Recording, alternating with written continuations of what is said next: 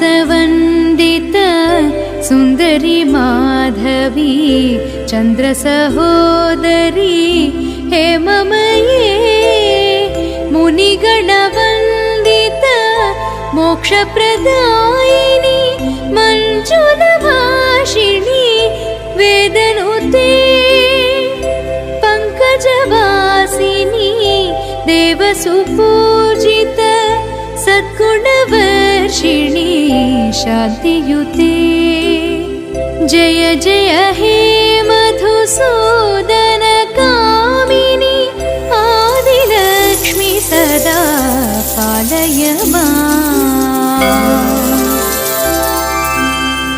I कलिकल्मष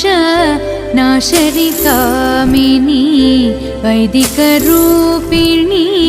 वेदमये क्षीरसमुद्भव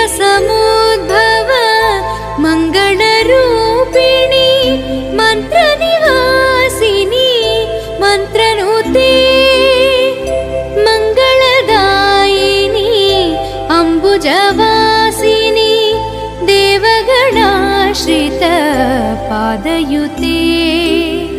जय जय हे